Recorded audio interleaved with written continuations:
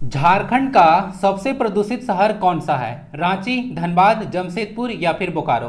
देखते हैं इस क्वेश्चन में आपका कितना कॉमन सेंस काम करता है। तो hello Jharkhand, welcome to learners कराज एजुकेशन। आज के इस क्लास में डिस्कस करेंगे पार्ट नंबर 18 जो कि होगा झारखंड जी के एंड करंट अफेयर का।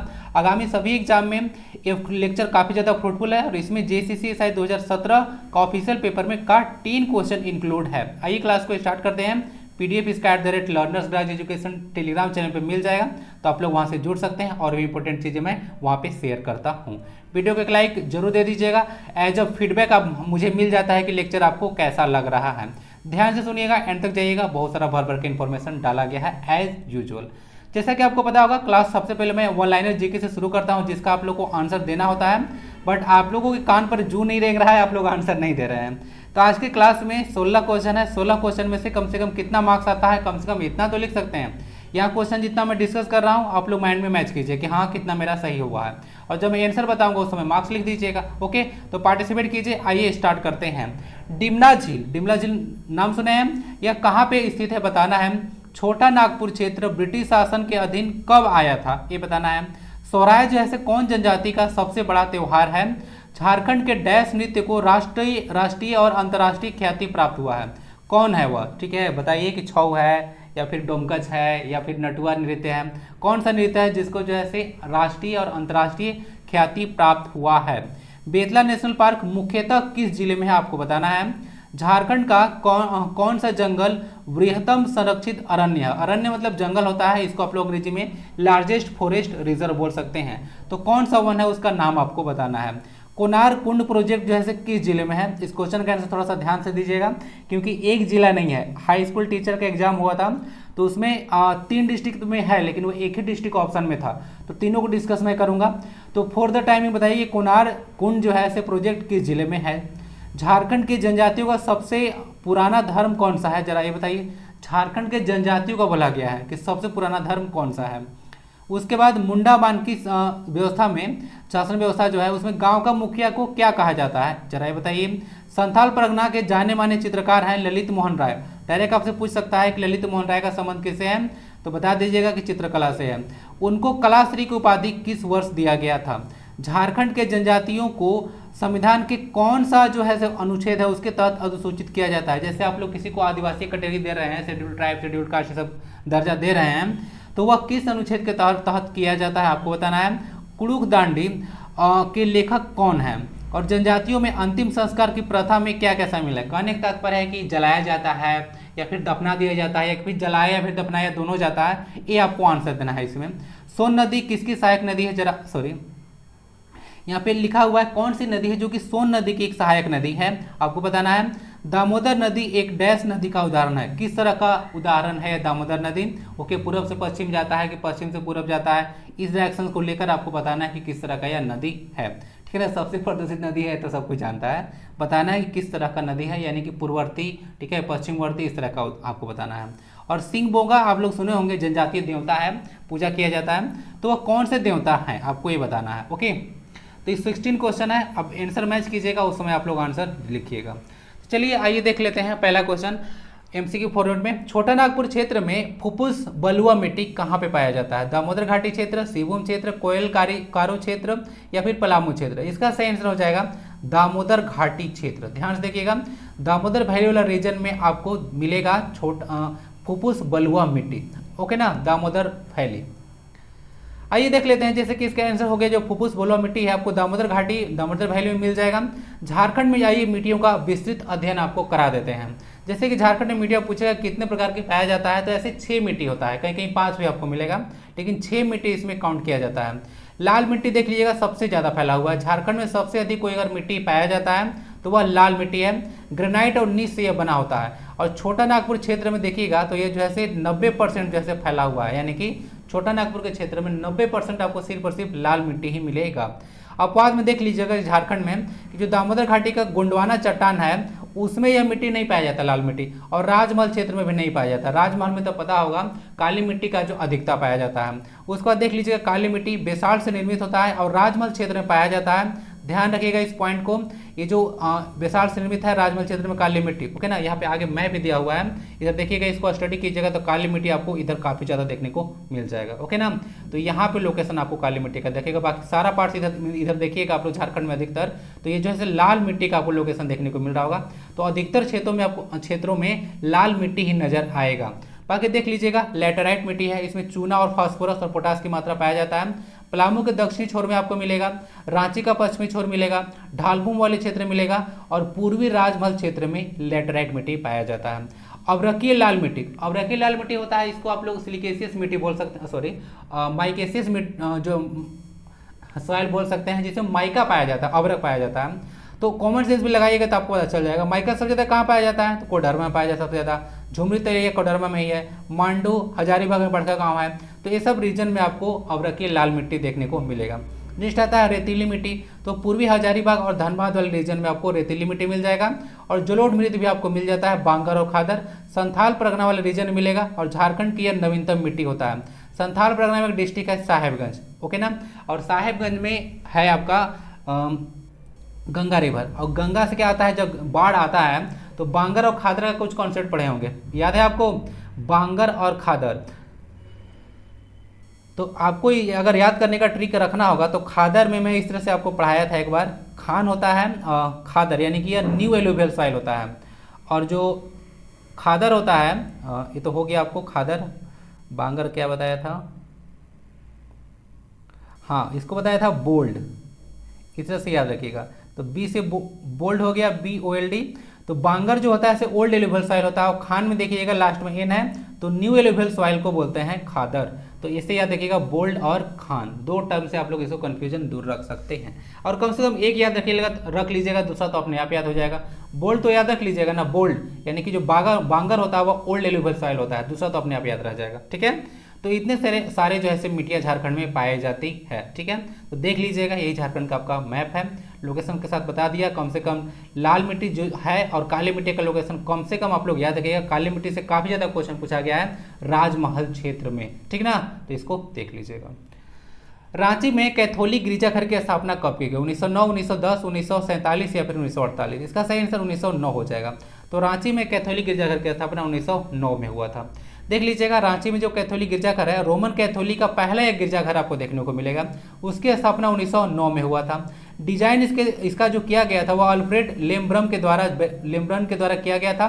नींव इसका 1906 में डाला गया था। कहने का मतलब है कि जैसे कि आप लोग जो हमारा राजभवन है, चूंकि सैडलो बेलार्ड जिसको डिजाइन किए थे, उसको क्या हुआ था, वह 1930 में उसका जो है काम शुरू हुआ था, लेकिन बनते बनते 1931 हो गया था ना।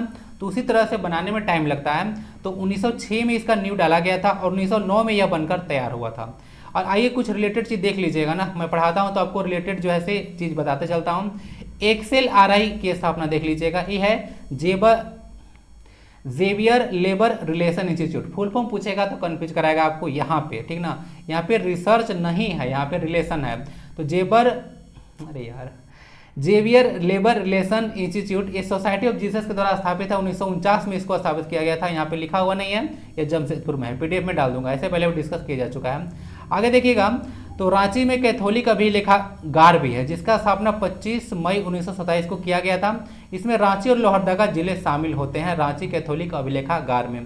देखिएगा, झारखंड का जो पहला चर्च है उसको GL चर्च बोलते हैं, ये फादर गोस्नर के द्वारा स्थापित है।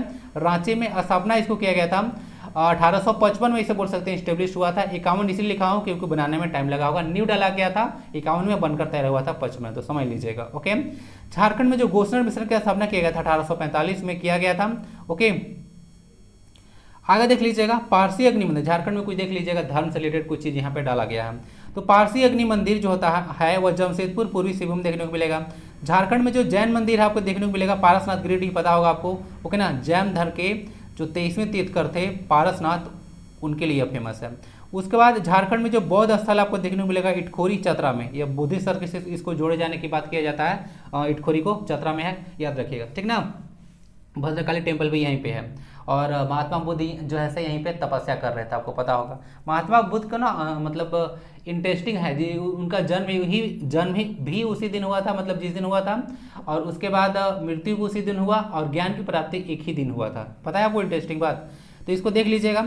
झारखंड में का जो सबसे बड़ा मस्जिद है वह जामा मस्जिद है, 1670 में इसको बनाया गया था, या रामगढ़ में है ना जामा मस्जिद, याद रखिएगा। उसके बाद सेंट्रल गुरुद्वारा धनबाद में है। श्री गुरु सिंह महासभा जो है ये चास बोकारो देखने को मिलेगा। ऐसे जो श्री गुरु सिंह सभा है जो मतलब इस तरह का जो गुरुद्वारा देखने को मिलेगा वह एक जगह पे नहीं है ना, अलग अलग जगह पे देखने को मिलेगा। उसके बाद एक जुगसलाई गुरुद्वारा है और एक टेलकू गुरुद्वारा है, दोनों जमशेदपुर में देखने को मिलेगा। और गुरुद्वारा गुरु गोविंद सिंह जी है हजारीबाग में। तो ये सब कुछ लोकेशन आप लोग माइंड में रख सकते हैं, ठीक है। चलिए, सबसे बड़ा जो है ये सब ऊपर वाला टर्म जो है काफ़ी इंपॉर्टेंट है आपके लिए, ठीक है, ध्यान रखिएगा। गुरुद्वारा को आप लोग स्किप कर सकते हैं लेकिन बाकी को ध्यान रखिएगा। तो 1900 यहाँ पे 9 हो जाएगा आंसर, ठीक है, आंसर इसका ये है। झारखंड में मुख्यतः कितने प्रकार की फसल होती है? तो इसका आंसर आप लोग 3 लगा लीजिए, ठीक है। 3 तरह की मुख्यतः फसल होती है। आइए डिटेल में इसका देख लेते हैं। देखिएगा, तो 3 तरह की फसल में रबी आता है, इसको जाड़े की फसल आप लोग बोल सकते हैं। इसमें क्या क्या आ सकता है? गेहूं आ सकता है, जौ आ सकता है, चना आ सकता है, सरसों, तिलहन है। अब ध्यान रखिएगा कि जहां पर पूरा झारखंड में जितना खेती होता है उसका जो है से 9.2% भाग पर रबी किया जाता है। यह देखिएगा 9.2% पार्ट पर जो है तो सिर्फ और सिर्फ रबी होता है। और इसका तो सीजन कम से कम याद रखिएगा, बुआई जो होता है अक्टूबर नवंबर में होता है और कटाई जो है मार्च अप्रैल में हो जाता है। दूसरा फसल आता है खरीफ फसल। तो खरीफ को भदई फसल भी आप लोग बोलते हैं कभी कभी। और धान, मक्का, ज्वार, बाजरा, मूंगफली, गन्ना, मूंग, ये सब आता है, ठीक ना। मतलब जो खरीफ है उसको 2 पार्ट बांटा गया, इसको हटा दिए यहाँ से। खरीफ को 2 भाग में बांटा गया झारखंड में, अगहनी बांटा गया है और भदई में। तो ध्यान रखिएगा, अगहनी में 70% आ जाता है फसल और 20% आता है हिस्सा भदई का, ध्यान रखिएगा। तो 70 और 20 90 हो गया और 9% यहाँ से हो गया, 99% हो गया 2 ही। तो जो आप जायद फसल देख रहे हैं जो कि थर्ड फसल है वो 0.73 पार्ट पर ही किया जाता है। जायद फसल में क्या क्या आता है तो इसको देख लीजिएगा जायद का। अब बुआई देख लीजिएगा, इसका जो खरीफ है आपको पता होगा जून जुलाई और कटाई सितंबर अक्टूबर में कर दिया जाता है। तो जायद में इसको गर्मा फसल झारखंड में कहा जाता है। हरी सब्जियां तरबूज बोल दीजिए, खीरा, भिंडी, ककड़ी, नाशपाती, ये सब है, ठीक है, इसको ध्यान रखिएगा। बाकी परसेंटेज वाइज सारा इंपॉर्टेंट रहेगा, ध्यान रखिएगा। 90% पर आपको खरीफ किया जाता है, 90% पर, जिसमें अगर सब डिवाइड करेगा पार्ट, अगहनी 70 और भदई 20%। दूसरा बात है रबी 9.2% पर और 0.73% पर। इसको 7 पॉइंट समथिंग था पॉइंट, लेकिन लगभग यह इतना ही आ रहा था, ओके ना। तो कम से कम 70 और 20% याद रखिएगा और 0.73 पर जायद है।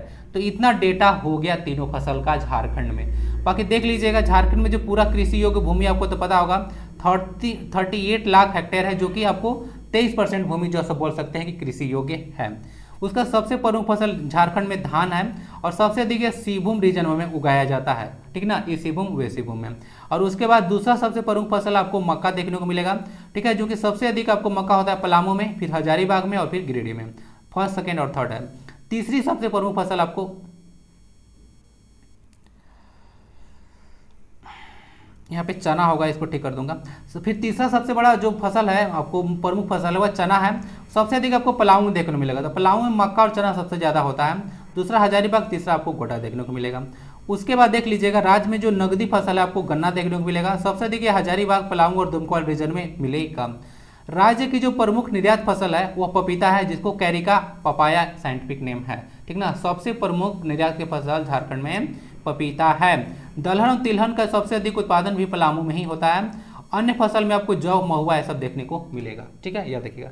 महुआ तो बोला जाता है कि पूरा भारत का सबसे पुराना जो है फसल है जौ, ठीक है, बार्ली। तो ये सब कुछ डेटा हो गया। यहाँ पे मक्का नहीं होगा, सबसे प्रमुख फसल ये चना होगा और चना सबसे ज़्यादा झारखंड में पलामू वाले रीजन में मिलता है। तो आंसर इसका 3 हो गया। डिटेल में सब चीज़ डिस्कस कर दिया। आइए कुछ झारखंड में वृहद सिंचाई परियोजनाएं हैं तो उसको मैच करना है आपको। ये जो मेजर इरिगेशन प्रोजेक्ट है झारखंड में, तो स्वर्णरेखा परियोजना है, ब्रैकेट में किस 5 ईयर प्लान के अंतर्गत जो है इसको शुरू किया गया था, बनाया गया था, वो मेंशन है, रिवीजन करने टाइम याद रखिएगा। तो स्वर्णरेखा परियोजना आप लोग कॉमन सेंस लगाइए, सिंहभूम रीजन में देखने को मिलेगा। उत्तरी कोयल और औरंगा जो परियोजना है वह पलामू का है। अब ध्यान रखिएगा जो औरंगा और अमानत रिवर है दोनों जो है उत्तरी कोयल की सहायक नदियां हैं। रिवीजन का टाइम ये याद रखिएगा कि उत्तरी कोयल और औरंगा जो है क्रमशः 5th और 7th 5 ईयर प्लान में बनाए गए थे, क्रमशः यहाँ पे लिखा हुआ है, कंफ्यूज मत कीजिएगा, रिवीजन टाइम याद रखिएगा। कोनार परियोजना आपको बोकारो और जो है हजारीबाग का है। उसके बाद गुमानी परियोजना आपको आएगा, गुमानी दुमका का है। उसके बाद अजय रिवर, अजय बराज परियोजना, ये आपको देवघर में देखने को मिलेगा। उसके बाद जो पुनासो जलाशय परियोजना है ये आपको मिलेगा, पुनासो भी दुमका में ही है, तो पुनासो और गुमानी दोनों दुमका में ही है। और कांची सिंचाई परियोजना रांची का है ना, कांची रांची।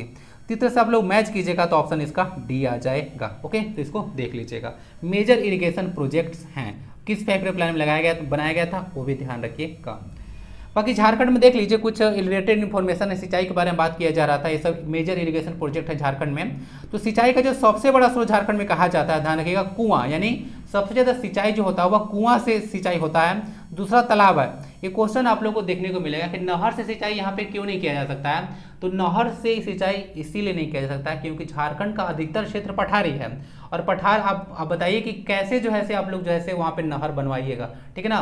कहीं अगर उबड़ खाबड़ ज़्यादा है तो पानी कैसे पास करेगा, ठीक है ना। पानी को जो है से फ्लो करने के लिए अगर ग्रेविटेशन से फ्लो होता है तो क्या चाहिए, लेवल ऊपर नीचे होना चाहिए, कम होना चाहिए, यानी कि हाई से लो पर जो है से रिवर बहेगा, यानी कि पानी बहेगा, ठीक ना। तो ध्यान रखिएगा, इसीलिए जो है से नहर का जो है से यहाँ पे यूज नहीं कर सकता है क्योंकि ज़्यादा एरिया जो है से आपका पठारी है, इसीलिए।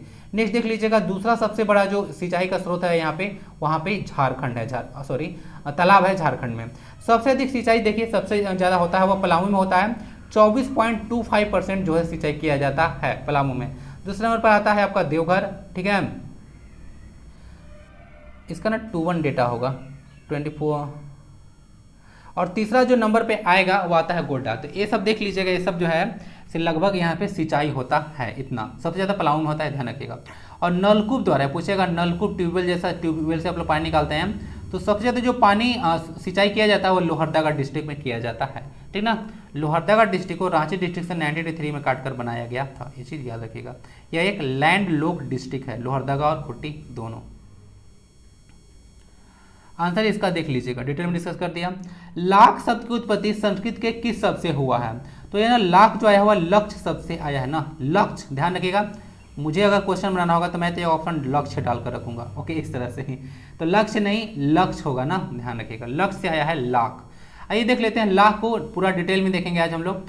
तो लाख शब्द की जो उत्पत्ति हुआ है वह लक्ष्य शब्द से हुआ है। लक्ष्य शब्द एक संस्कृत का शब्द है जिसका अर्थ होता है, अब देखिए ये ध्यान रखिएगा, यह एक संस्कृत शब्द है, मेंशन किया हुआ था, या मेंशन किया हुआ था, तो संस्कृत शब्द है जिसका अर्थ होता है 100,000, 100,000, ठीक ना, 1,000 नहीं है ना ही 100 है, 100,000 है।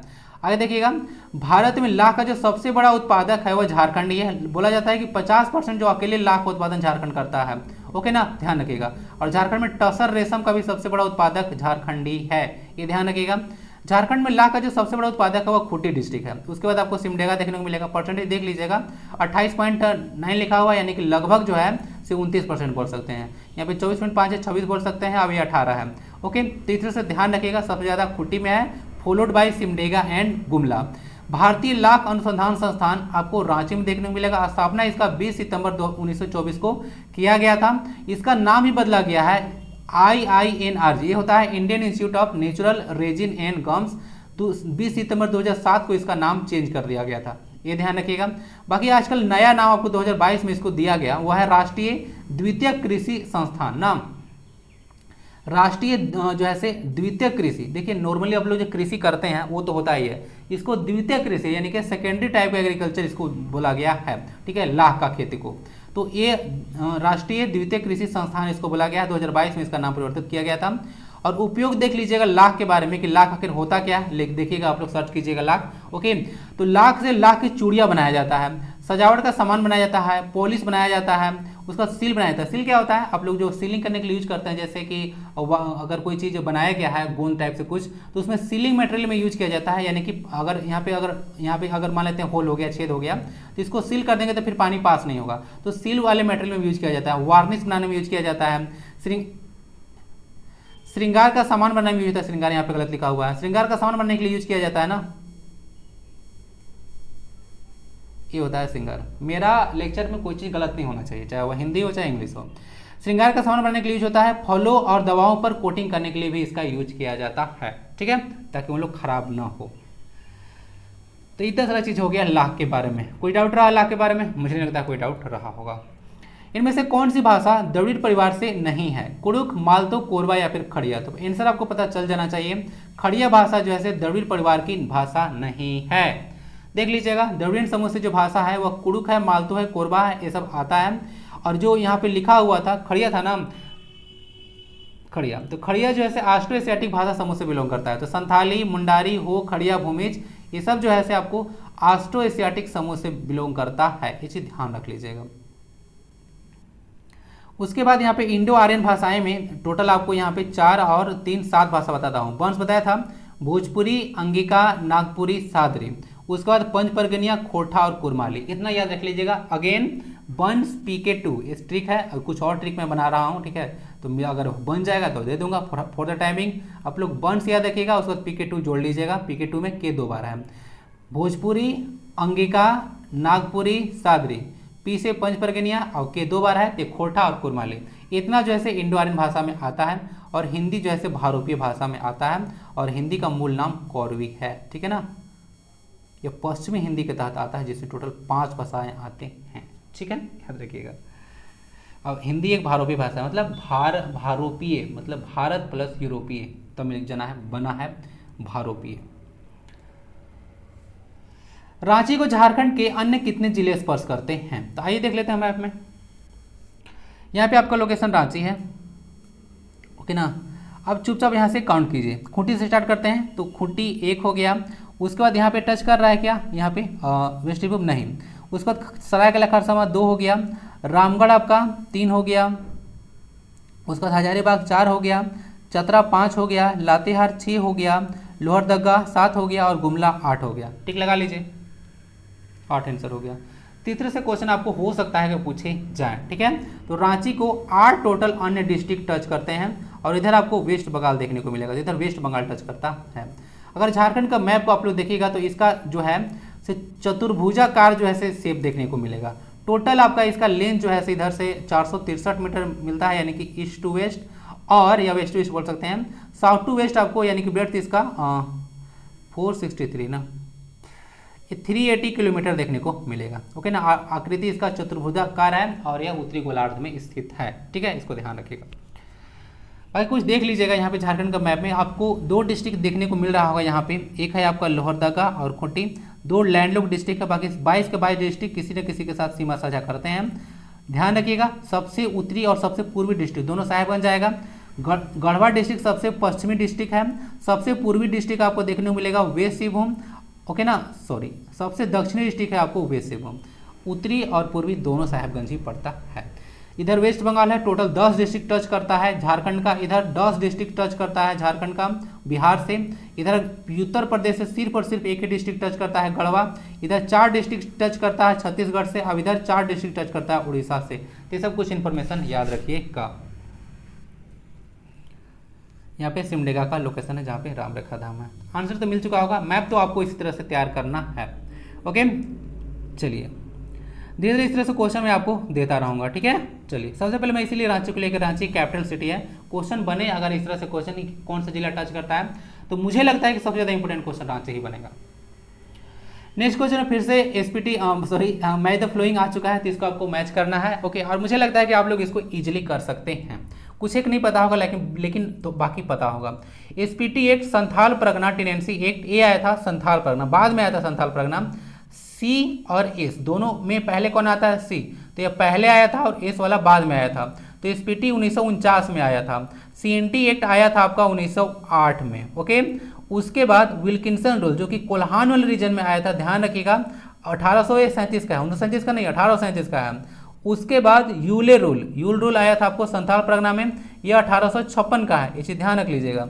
और बाकी बिहार राज्य पुनर्गठन जो अधिनियम है, एक बोल सकते हैं, यह आया था 2000 ईस्वी में, ओके। तो इसे आप लोग मैच कीजिएगा तो कहाँ पे जाएगा, ए का 2, बी का 4, ए का 2, बी का 4, सी का 5 जा रहा है, सी का 5, डी का 3 और ई का 1। आंसर इसका सी हो जाएगा। बाकी आप लोग मैच कर लीजिएगा। तो संथाल परगना टेनेंसी एक्ट पहले आया था तो 1908 कर लीजिएगा, और सी पहले आता है, और छोटा नागपुर पहले आता है, सी पहले आता है, तो इसको 1908 कर लीजिएगा, और संथाल परगना टेनेंसी एक्ट 1949 कर लीजिएगा, ठीक है। चलिए इसको याद रख लीजिएगा। यूले रूल पहली बार मैं डिस्कस कर रहा हूँ ना, ध्यान रखिएगा। यूले रूल 1856 का है, संथाल विद्रोह के बाद याद रखिएगा, ठीक है। और यह संथाल परगना रीजन में आया था, ये चीज याद रखिएगा। आई होप कि सारी चीज क्लियर होगा। इसमें कुछ एक्सप्लेनेशन चाहिए नहीं, चाहिए कुछ दे देते हैं आइए कुछ दे देते हैं। चलिए बिहार राज्य पुनर्गठन अधिनियम को उठाते हैं ना। तो सबसे पहले देख लीजिएगा जो CNT एक्ट था वो बिरसा मुंडा आंदोलन का परिणाम था, याद रख लीजिएगा। बाकी बिहार राज्य पुनर्गठन अधिनियम है, यह 2000 का ईस्वी है कि ईस्वी का है। उस समय जिसमें झारखंड को अलग किया जा रहा था उसके लिए है। धारा 3 के तहत जैसे झारखंड को अलग किया गया था विथ 18 डिस्ट्रिक्ट्स, और जिसमें लगभग बोलिए कि 45 पॉइंट जो है बोला जाता है कि 45 पॉइंट समथिंग है 85 के आसपास, तो लगभग 46% जो है जमीन लेकर हम लोग अलग हुए थे। दूसरा बात है उसमें KR नारायण ना, KR नारायण राष्ट्रपति थे जो कि इसको जो है से हस्ताक्षर किए थे। डिटेल में डिस्कस करता हूँ अभी। मुख्यमंत्री बिहार के उस समय राबड़ी देवी जी थी, और जो प्रधानमंत्री थे जिन्होंने झारखंड राज्य अलग राज्य की घोषणा किए थे वह थे आपके अटल बिहारी वाजपेयी ना, अटल बिहारी वाजपेयी, याद रख लीजिएगा। बाकी देख लीजिएगा इसका भी एक अलग कहानी है धारा 3 के तहत का। बिहार राज्य पुनर्गठन अधिनियम देखिएगा तो इसको लोकसभा के द्वारा 2 अगस्त को पास किया गया था, क्लियर है, लोकसभा के द्वारा। राज्यसभा इसको पास किया था 11 अगस्त को, ठीक है। और राष्ट्रपति KR नारायण इसको साइन किए थे 25 अगस्त को। तो 25 अगस्त 2000 को यह एक अधिनियम बना था, क्योंकि जब तक राष्ट्रपति साइन नहीं करेंगे तब तक यह अधिनियम नहीं बनेगा, क्लियर है। तो चलिए कुछ मिल चुका है, आंसर इसका सी है, सी था ना, या सी होगा। झारखंड राज्य गंगा नदी प्राधिकरण का गठन कब किया गया है? तो यह आपका किया गया था 20 फरवरी 2009 को। तो ये डेट डायरेक्ट आप लोग याद रखिएगा। झारखंड राज्य गंगा नदी प्राधिकरण है। झारखंड के एकमात्र डिस्ट्रिक्ट जिसे होकर गंगा नदी गुजरती है वह है आपका साहिबगंज डिस्ट्रिक्ट। टोटल 83 किलोमीटर यहाँ पे मिलेगा, 80 के आसपास है, अलग अलग देखिएगा न्यूज़पेपर में या फिर अलग अलग। तो 80 कहीं मिलेगा, कहीं 83 मिलेगा। तो मैं तो अब जाकर वहाँ पर किलोमीटर तो नापूंगा नहीं, ओके। तो देख लीजिएगा झारखंड राज्य गंगा नदी संरक्षण प्राधिकरण है, मिस्टेक, 20 फरवरी 2009 को आया था। अध्यक्ष जिसके मुख्यमंत्री होते हैं, ये चीज ध्यान रखिएगा, पदेन अध्यक्ष होते हैं। बाकी कुछ देख लीजिएगा, झारखंड क्षेत्र स्वायत्त परिषद, इसको अंग्रेजी में आप लोग बोलते हैं झारखंड एरिया ऑटोनोमस काउंसिल। इसको इस्टेब्लिश किया गया था 9 अगस्त 1995 को। काफी इंपॉर्टेंट है, बहुत बार क्वेश्चन आ चुका है, झारखंड एरिया ऑटोनोमस काउंसिल। उसके बाद झारखंड में देखिएगा तो आपदा प्रबंधन प्राधिकरण है, उसको अधिसूचित किया गया था 2008 में, और स्थापित किया गया था 2010 में। अधिसूचित मतलब होता है नोटिफाइड, और स्थापित का मतलब होता है स्टेब्लिश। सब याद रखिएगा, क्वेश्चन जीपीएससी में पूछा जा चुका है। अध्यक्ष जिसके पदेन अध्यक्ष जो होते हैं वो मुख्यमंत्री ही होते हैं। और एनडीए में नेशनल डिजास्टर मैनेजमेंट अथॉरिटी का धारा 14 के तहत हर एक स्टेट में स्टेट डिजास्टर मैनेजमेंट अथॉरिटी का गठन किया जाता है। झारखंड विधिक सेवा प्राधिकरण, जिसको आप लोग झालसा के नाम से जानते हैं, झारखंड लीगल सर्विस अथॉरिटी, यह 1947 में आया था नालसा के बाद ना, इसका पावर नालसा से मिलता है, नेशनल लीगल सर्विस अथॉरिटी, ठीक है। आप लोग पढ़े होंगे आर्टिकल 39A, ठीक ना, कि आपके पास पैसा भी नहीं है, आप लोग गरीब भी हैं, तो आपको फ्री लीगल सर्विस दिया जाएगा, यानी कि आपके साथ जो है कोई अन्याय नहीं कर सकता है, ठीक ना। चलिए, ये तो ऐसा होता तो पता चलता कि जो अमीर है उन्हीं को सिर्फ न्याय मिल रहा है, गरीब लोगों को मिल ही नहीं रहा। और कुछ बहुत हो गया। झारखंड विधानसभा चुनाव 2019 में कितने चरणों में संपन्न हुआ? चलिए आइए, लास्ट क्वेश्चन रहेगा। तो यह 5 चरण में संपन्न हुआ था। आइए झारखंड विधानसभा चुनाव 2019 को डिटेल में डिस्कस करते हैं। झारखंड में जो विधानसभा चुनाव हुआ था वह 5वां विधानसभा चुनाव था, इंपॉर्टेंट रहेगा, और 5 चरण में हुआ था। तो याद रखने में क्या टेंशन है, ठीक है ना। 5वां विधानसभा चुनाव हुआ था, 5 चरण में हुआ था। अवधि जो था 30, यार किससे हुआ है गड़बड़, 30 नवंबर 2019 से 20 दिसंबर 2019 तक यह चला था। 5 चरण में हुआ था, परिणाम 23 दिसंबर 2019 को आया था, ये चीज ध्यान रखिएगा। बाकी जो सबसे बड़ा पार्टी जैसे उभर कर आया था इस इलेक्शन में, वह झामुमो था, 30 सीटें जीता था। झारखंड में 41 सीट है ना, तो 30 सीटें झामुमो, बीजेपी 25, उसके बाद कांग्रेस 16, झाविमो 13, अभी आजसू को 2 मिला था, ठीक है। झारखंड विकास मोर्चा बाबूलाल मरांडी वाला है, और आजसू को पता होगा ऑल स्टूडेंट्स झारखंड यूनियन, ठीक है, जिसकी स्थापना 1986 में हुआ था। आपसे क्वेश्चन पूछा था, आप लोग बताता ही नहीं हम। वर्तमान जो मुख्यमंत्री हैं हेमंत सोरेन जी, वो बरहेट विधानसभा क्षेत्र से हैं, जो कि राजमहल लोकसभा क्षेत्र के अंतर्गत आता है, ये चीज ध्यान रखिएगा। बाकी विधानसभा के वर्तमान अध्यक्ष आपके रविंद्रनाथ महतो हैं, और विधानसभा के भी प्रतिपक्ष के नेता तो पता है ही नहीं। तो 5 इसका आंसर हो जाएगा डी ना, और डिटेल में डिस्कस कर दिया, देख लीजिए। सबसे बड़ा पार्टी झामुमो निकल कर आया था। अब हम लोग जेएसएससी और जेपीसी कॉर्नर में देखेंगे। जेएसएससी एसआई 2017 का previous year question, total number of question होगा 10। और वीडियो को आप लोग लाइक बहुत कम दे रहे हैं, इतना वीडियो देख रहे हैं, इतना बनाने में मुश्किल हो रहा है, इतना घर में बैठ कर बना रहा हूँ और फिर भी आप लोग लाइक नहीं देते हैं। दीजिए फीडबैक, थोड़ा और पार्टिसिपेट कीजिए। मतलब मुझे भी झारखंड जी को उस तरह से पढ़ाने आता है, ओके ना, कि एक क्वेश्चन लूंगा, उसमें बोलूंगा कि आंसर दीजिए, उसी एक ही क्वेश्चन में 5 मिनट लगा दूंगा और 10 क्वेश्चन डिस्कस करूंगा, आपको लगेगा बहुत अच्छा क्लास चल रहा है। Out of 6 chief minister of Jharkhand, out of 6 chief ministers of Jharkhand since its creation in 2000, how many of them were independent candidate? तो मैं कितनी बार आपको बता चुका हूँ कि इंडिपेंडेंट कैंडिडेट जो कैंडिडेट था वो थे आपको मधु कोड़ा, जो कि जगन्नाथपुर पश्चिमी सिंहभूम से विधायक थे, तो एक ही थे और यह निर्दलीय मुख्यमंत्री थे और ऐसा बनने वाले यह मुख्यमंत्री पूरे भारत में 3rd नंबर के थे, यानी कि 2 और भी बन चुके थे। देखिए जाकर कौन है, ओके ना। बाकी बाबूलाल मरांडी पहले जो थे, ध्यान रखिएगा। उसके बाद ये आपका कांग्रेस बीजेपी के थे। उसके बाद आपको आया था झारखंड मुक्ति मोर्चा, ओके ना। और उसके बाद एक आया था आपको अर्जुन मुंडा भी थे। बाबूलाल मरांडी और अर्जुन मुंडा बोलिए और रघुवर दास सब जो थे आपको बीजेपी के ही थे। और झारखंड मुक्ति मोर्चा से 2 है ना, कौन कौन, एक तो हो गए आपके हेमंत सोरेन जी और एक हो गया आपको शिबू सोरेन। तो हेमंत सोरेन शिबू सोरेन 2 हो गए। बीजेपी से हो गए बाबूलाल मरांडी, हो गए अर्जुन मुंडा और रघुवर दास, तो बीजेपी से 3 हो गए, 3 2 5% हो गए। एक हो गए निर्दलीय जो कि थे आपको मधु कोड़ा। तो टोटल 6 मुख्यमंत्री अब तक बने हैं, तो मैं तो बता दिया, ठीक ना। बाबूलाल मरांडी जो थे पहले थे ये रामगढ़ से थे, ठीक है, इनको ध्यान रखिएगा। और जो अर्जुन मुंडा थे वह सरायकेला खरसावां से थे। रघुवर दास कहाँ से थे, ये आपको जमशेदपुर पूर्व से विधायक थे, इसे ध्यान रखिएगा। हेमंत सोरेन बरहेट से थे। आंसर इसका एक हो जाएगा, निर्दलीय एक ही बने हैं, मधु कोड़ा। अर्जुन मुंडा देखिएगा तो अभी वर्तमान में झारखंड तीरंदाजी संघ के अध्यक्ष हैं और ये जो है से भारतीय तीरंदाजी संघ के भी अध्यक्ष हैं, तो इनके बारे में आप लोग याद रख सकते हैं। नेक्स्ट है तो अर्जुन मुंडा कितने बार मुख्यमंत्री बने हैं, तो ये 3 बार मुख्यमंत्री बने हैं। अर्जुन मुंडा और शिबू सोरेन दोनों जो है 3-3 बार मुख्यमंत्री बने हैं, ये चीज आप लोग ध्यान रखिएगा। How many times the elections of the Jharkhand legislative assembly has been held since its formation in 2000? इस तरह से क्वेश्चन देखिए बहुत पूछा जाता है, ठीक है। नॉर्मल आप लोग सिर्फ और सिर्फ इतिहास पढ़ते रहिएगा, सिर्फ भूगोल, तो क्वेश्चन आपको नहीं पकड़ाएगा। एग्जाम में देखा कीजिए कि प्रीवियस ईयर क्वेश्चन में किस तरह से क्वेश्चन पूछा जा रहा है, इसीलिए मेरा लेक्चर देखिएगा तो आप लोग मैं बेस प्रीवियस ईयर को ही बना के चलता हूँ और उसका मैं पूरा जो है मतलब उसका पूरा खानदान में खंगाल देता हूँ। कोई टॉपिक आया है तो उसका पूरा खानदान को खंगाल कर दे देता हूँ, फिर बचेगा कहाँ से, ओके ना। तो देख लीजिएगा 2000 ईस्वी में जब यहाँ पे झारखंड बना तो इसमें जो है कितने बार इलेक्शन हो चुके थे। एक्चुअली ये क्वेश्चन एसआई 2017 का है, तो इसका आप लोग आंसर कहीं बुक में देखिएगा तो उसमें एक क्वेश्चन का आंसर 4 ही लगाएगा, लेकिन अब इसका आंसर 5 होगा। तो मैं जो आंसर आपको प्रोवाइड कराऊंगा एज पर द 2023 प्रोवाइड कराऊंगा, क्योंकि आपको 2017 में उस समय इलेक्शन नहीं हुआ था, ठीक है ना। अब 24 में होने वाला है और 2019 में हुआ था, तो उस समय 4 ही बार जैसे विधानसभा का चुनाव हुआ था। अभी 5वां विधानसभा चुनाव है और 2024 में जो है विधानसभा का 6ठा चुनाव होगा, यानी कि 6ठी विधानसभा का चुनाव होगा। तो करंट अफेयर में क्वेश्चन बनेगा तो 6ठा विधानसभा चुनाव होगा 2024 में, ऐसा क्वेश्चन पूछेगा तो बता दीजिएगा, ठीक है। तो इसका आंसर 5 हो जाएगा। क्लियर है ना, कोई कंफ्यूजन नहीं होना चाहिए, ओके। अब देखिएगा दृष्टिकोण, मतलब आज के हिसाब से देखिएगा तो 5 इसका आंसर होना चाहिए। 2017 के हिसाब से आंसर 4 होगा।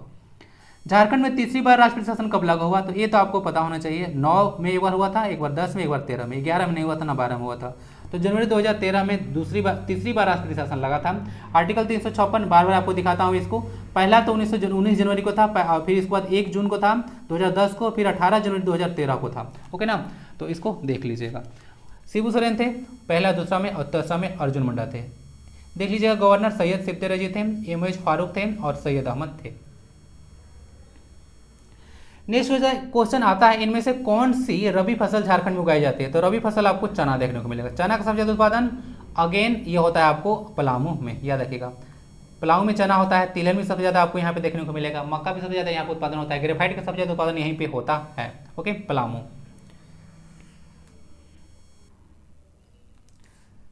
नेक्स्ट क्वेश्चन आता है, इनमें से कौन सा झारखंड का प्रमुख औद्योगिक क्षेत्र सरकार द्वारा औद्योगिक क्षेत्र सरकार द्वारा वर्गीकृत नहीं है, यानी कि कौन सा जैसे इंडस्ट्रियल एरिया डेवलपमेंट अथॉरिटी है ना, बात समझिएगा, यह एक इंडस्ट्रियल एरिया डेवलपमेंट अथॉरिटी है, तो कौन जैसे सरकार के द्वारा क्लासिफाइड नहीं है, तो देख लीजिएगा, तो यहाँ पे इसका आंसर जमशेदपुर इंडस्ट्रियल एरिया जो है से डेवलपमेंट अथॉरिटी हो जाएगा, ठीक ना, ऐसा कुछ नहीं है। जमशेदपुर वाले रीजन में आपको आदित्यपुर देखने को मिलेगा, तो Adityapur industrial area development authority जो है यह जमशेदपुर में ही है, जमशेदपुर जैसा कोई इंडस्ट्रियल एरिया डेवलपमेंट अथॉरिटी नहीं है। बाकी बोकारो का है और रांची का भी है, Ranchi industrial area development authority, short में इसको रियाडा बोलते हैं, RIADA, ठीक ना, इसको ध्यान रखिएगा, फुल में पूछा जा सकता है, आदित्यपुर का भी पूछा जा सकता है और बोकारो का भी पूछा जा सकता है, तो 3 है, जमशेदपुर जैसा नहीं है, जमशेदपुर में आदित्यपुर है, ठीक, कोई कंफ्यूजन नहीं होना चाहिए, तो आंसर इसका 4 हो जाएगा, ठीक है।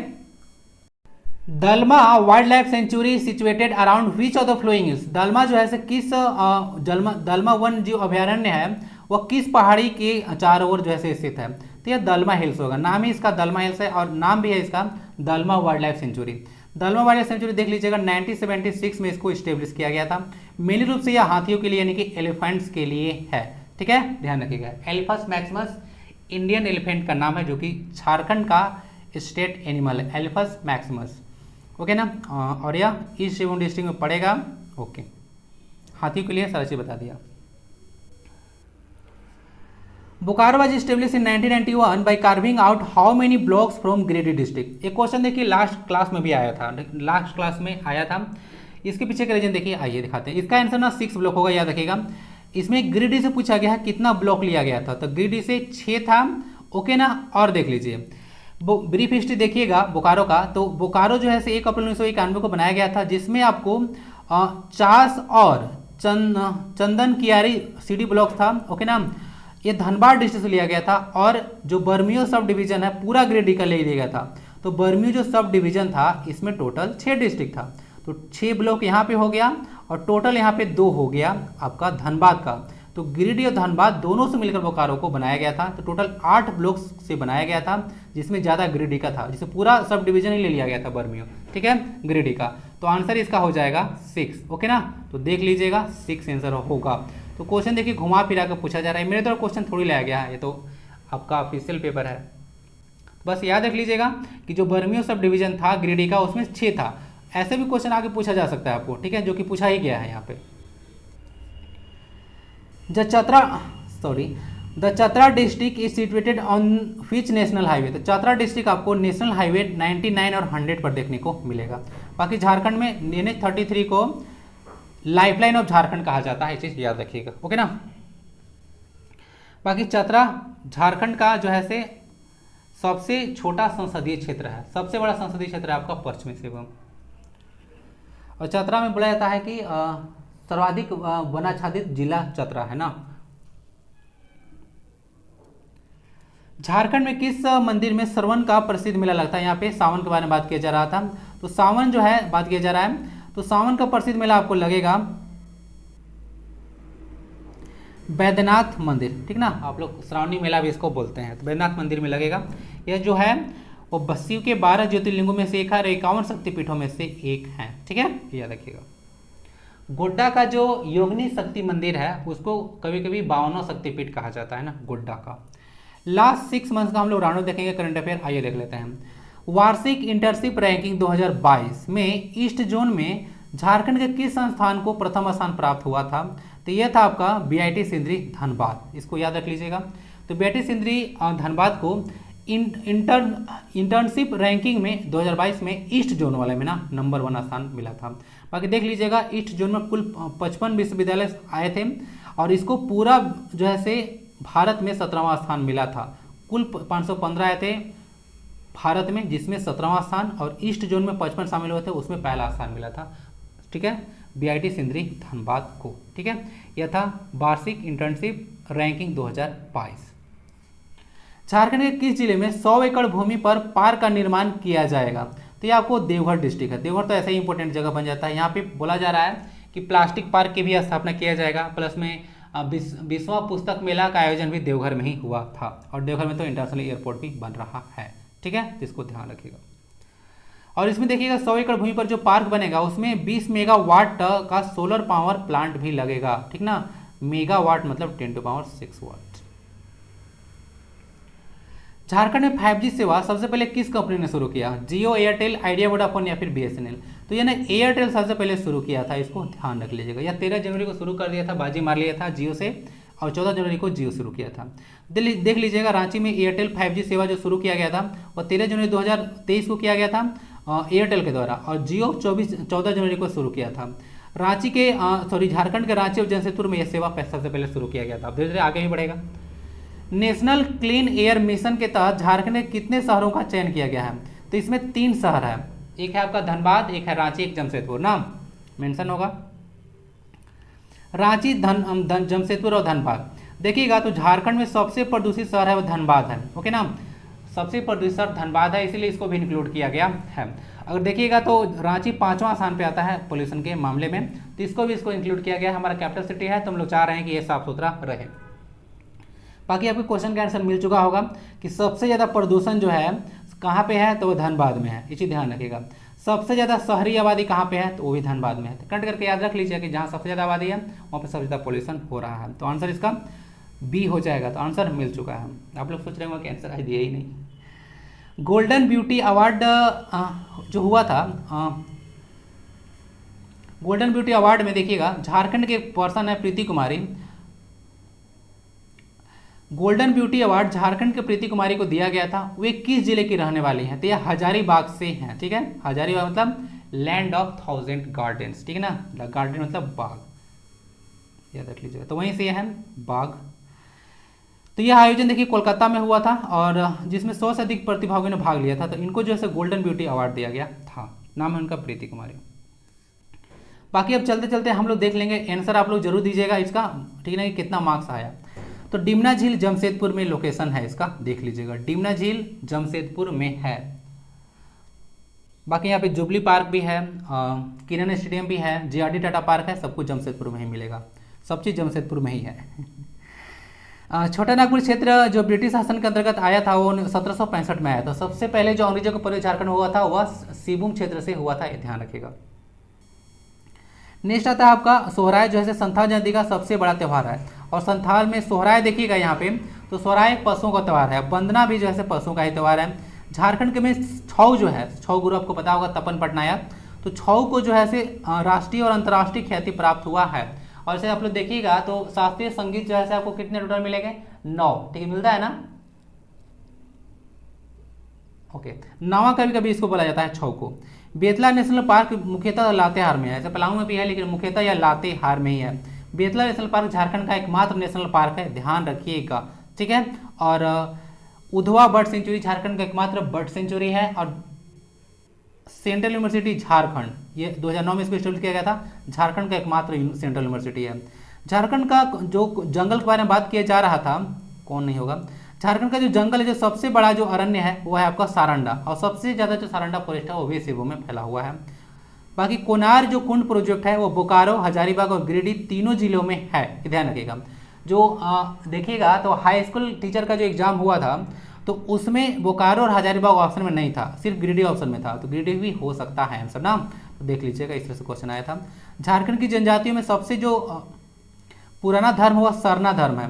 और सरना धर्म को देखिएगा तो 11 नवंबर 2020, डेट याद रखिएगा, कभी ना कभी फिर से डिस्कस कर ही दूंगा। 11 नवंबर 2020 को जो है इसको सरना धर्म को जो है पारित किया गया था झारखंड विधानसभा के द्वारा। सरना कोड आप लोग देखिएगा तो कहीं कहीं आप लोग जाइएगा, सरना जो होता है आदिवासी लोगों का, बहुत सारे आदिवासी लोगों का देखिएगा तो यह पूजा स्थल होता है सरना, नाम सुने होंगे आप लोग। तो इसमें देखिएगा तो मतलब व्हाइट होता है और रेड, तो व्हाइट रेड जैसे पट्टी जैसा जो है आपको झंडा देखने को मिलेगा, तो वह सरना धर्म का वह झंडा होता है। कहा जाता है कि जितने भी हम लोग धर्म को फॉलो करते हैं, हिंदू, मुस्लिम, सिख, ईसाई जितने भी हैं, सबका अपना अपना धर्म होता है, लेकिन आदिवासियों को बोला जाता है कोई धर्म नहीं था। तो आदिवासियों का धर्म सरना धर्म है, इसीलिए काफ़ी ज़्यादा आदिवासी लोग इसको डिमांड किए थे और इसको पारित किया गया था। ठीक है, किस दिन? 11 नवंबर 2020 को। मैं तो भूलने नहीं दूंगा आपको, क्यों, कैसे? 11 नवंबर डेट भूल नहीं सकते हैं। 11 नवंबर 1908 को ही CNT एक्ट लागू हुआ था और SPT एक्ट 1 नवंबर 1949 को, भूलने नहीं दूंगा। तो तो सरना जो कोड आया था उसको लागू किया गया था 11 नवंबर 2020 को, तो भूलिएगा नहीं 11 नवंबर को डेट था।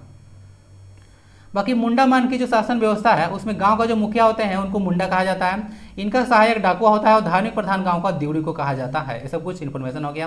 संथाल परगना के जाने माने चित्रकार ललित मोहन राय को कलाश्री उपाधि दिया गया था 1989 में, उसी समय जिसमें election commission of India 3 member body बना था और वर्ल्ड वाइड वेब की स्थापना हुई थी। कनेक्ट करके याद रखिए आप लोग। झारखंड के जनजातियों को संविधान के अनुच्छेद 342 के तहत जो है से अनुसूचित किया जाता है। कहने का मतलब कि SC ST कैटेगरी में डालना है तो राष्ट्रपति इसको जो है से करते हैं, अनुच्छेद 342 इसके लिए है। झारखंड में 32 जनजातियां जो है से अनुसूचित जनजातियां हैं, जिसमें 8 जो है से आदिम जनजातियां हैं, यानी कि पार्टिकुलरली वनरेबल ट्राइब्स हैं, ध्यान रखिएगा। बाकी कुड़ुक दांडी जो है से बिहारी लकड़ा के द्वारा एक लिखित बुक है और इसको साहित्य अकेडमी अवार्ड मिल चुका है 2005 का, तो कुड़ुक दांडी को याद रखिएगा। कुड़ुक भाषा द्रविड़ परिवार की भाषा है, ठीक है ना। उरांव लोग अपने आप को मतलब खुद को कुड़ुक कहते हैं, ऐसा क्वेश्चन डिस्कस किया था। जनजातियों में जो अंतिम संस्कार देखिएगा आप लोग तो उसमें जलाना और दफनाना जो है से दोनों शामिल होता है, दोनों तरह से जो है से अंतिम संस्कार किया जाता है। मतलब कितने संस्कार होते हैं उसमें यह अंतिम संस्कार कहा जाता है, ओके ना। तो बताइएगा कि संस्कार कितने होते हैं, कुल संस्कारों की संख्या कितना है। अंतिम संस्कार वही मृत्यु का जो शरीर का जो त्याग किया जाता है वो होता है, ठीक ना, जलाना ऐसा शामिल होता है, तो अंतिम संस्कार उसी को बोला जाता है। तो आप लोग समझ रहे होंगे अंतिम संस्कार क्या होता है, तो संस्कार में अंतिम आता है इसलिए अंतिम संस्कार हो जाता है। बाकी उत्तरी कोयल देख लीजिएगा, सोन नदी की सहायक नदी, ध्यान रखिएगा। तो पूछा गया था उत्तरी कोयल, इसका आंसर हो गया। दामोदर नदी एक पूर्ववर्ती नदी का उदाहरण है, यानी कि पूर्व दिशा में यह बहती है। झारखंड की सबसे प्रदूषित नदी है, 595 किलोमीटर के आसपास इसका लेंथ देखने को मिलेगा। सिंह बोंगा देखिएगा एक देवता है, ये सूर्य देवता को समर्पित है ना, ध्यान रखिएगा। सिंह बोंगा अलग अलग जाति में लिखिएगा, देवता अधिकतर सिंह बोंगा की ही पूजा किया जाता है। तो that's it for this class. Marks कितना आया भाई, मैच कीजिए और बताइए कि मार्क्स कितना है, मुझे चाहिए कितना मार्क्स आपका है। आप लोग आ रहे हैं, लेक्चर देख रहे हैं और चुपचाप मुंह बंद करके निकल जा रहे हैं, ठीक है, मार्क्स लगा के, ऐसे काम नहीं चलेगा। आप लोग आंसर देना होगा। कितना मार्क्स आया 16 में से, 8, 10, 15, 20 या फिर 16 आ गया, लिखिएगा जरूर, ओके। फिर तो क्लास तो काफ़ी फ्रूटफुल रहा होगा, ओके, मुझे आशा है। एक लाइक जरूर कर दीजिएगा, शेयर और सब्सक्राइब भी जरूर करें। शेयर आप लोग नहीं कर रहे हैं, खैर छोड़िए, जब टाइम आएगा तो सब हो जाएगा शेयर वर। तो मिलते हैं फिर अगले क्लास में। PDF इसका @learnersguideeducation टेलीग्राम चैनल से जाकर डाउनलोड कर लीजिएगा। मिलते हैं फिर अगले क्लास में, तब तक के लिए वंदे भारतम, जय हिंद।